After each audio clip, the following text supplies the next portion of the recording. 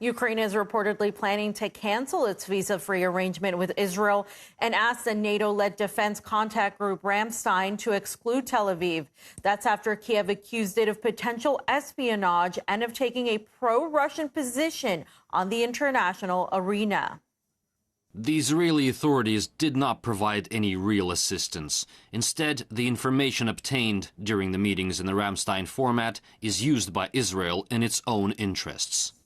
The Ramstein Group is a coalition of 54 countries, including 31 NATO states. The goal of the alliance is to provide Ukraine with military support. The group takes its name after the U.S. air base in Germany, where the first meeting was held. Kiev has previously accused Israel of providing Russia with information it received at the Ramstein meetings and refusing to supply Ukraine with weapons. The latest criticism from Kiev comes after Tel Aviv announced it was suspending medical care for Ukrainian refugees, citing a lack of funding. Israel's ambassador to Kiev has said his country's interests come first. Firstly, the NATO states, are not in a state of war, unlike my country. Secondly, Israel is a country that, in the event of aggression, can rely only on itself, unlike NATO members, who are protected by a collective security treaty. Earlier, my colleague Nikki spoke with an Israeli journalist and political analyst who says Tel Aviv is maintaining its relations with Moscow despite intense Western pressure.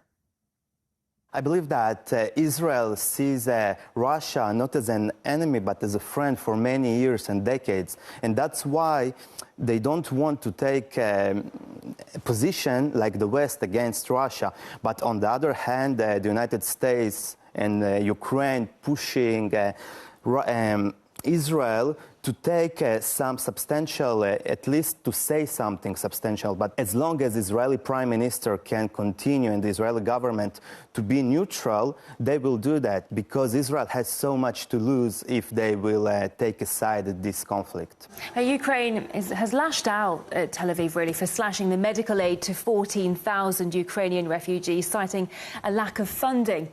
What's your take on Kiev's criticism of the Israeli government? Could it somehow be justified? I don't believe that Israel doesn't have money for this help. I think the reasons are different. I can guess maybe they don't want, again, to take a position at this conflict, and that's why they want just helping to Ukrainians and they want to hold it. So I believe this is the reason, and I'm not sure who is behind it, more the United States or more Ukraine itself that pushing Israel to take this some kind of side in this conflict, because for Ukraine, I don't think Israel can really make a change. It's not a game changer for Ukraine if Israel will help more to the Ukrainians with military aid or with this aid to the refugees. I believe just if the pressure will be from the United States and it can in some way, to make the national security of Israel under some kind of danger, that's the only reason that Israeli government could make this move. But it should be a direct threat towards Israel that if you don't send military aid or something like that to Ukraine, we will hold our help, military help to Israel. And the United States gives billions of dollars each year to Israel for military weapons. So that's, I believe, the only thing that can really change the stance of